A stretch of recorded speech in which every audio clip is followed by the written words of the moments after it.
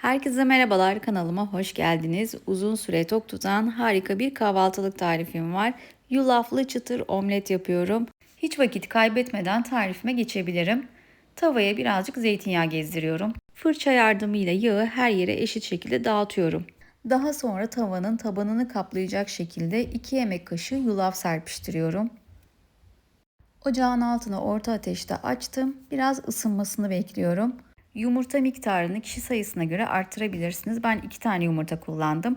1 çay kaşığı pul biber, 1 çay kaşığı kadar da tuz kullandım. İsterseniz karabiber de ekleyebilirsiniz. Yumurtayı çatal yardımıyla güzelce çırptıktan sonra yulafların üzerini tamamen kaplayacak şekilde çırpmış olduğum yumurtayı ekliyorum. Altını kısıp kapağını kapatıp pişmesini bekliyorum şimdi.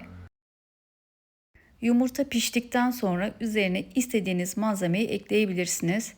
Ben kaşar peyniri ve domates kullandım. Daha sağlıklı olması açısından veya protein oranını yükseltmek için lor peyniri de kullanabilirsiniz.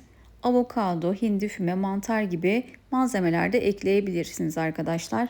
Şimdi üzerine eklediğim malzemelerin üzerini yarım ay şeklinde kapatıp arkalı önlü kaşarlar eriyene kadar pişirmeye devam ediyorum kısık ateşte.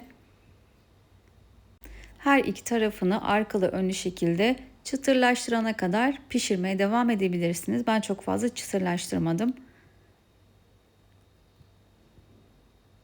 Artık servise hazır. Gerçekten çok güzel bir kahvaltılık. Hem çok doyurucu hem de çok pratik.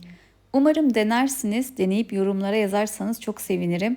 Buraya kadar seyrettiyseniz de bir beğeni bırakmayı ve yorum yapmayı lütfen unutmayın. Kendinize çok iyi bakın. Bir sonraki videolarda görüşmek üzere. Hoşça kalın. Bay bay.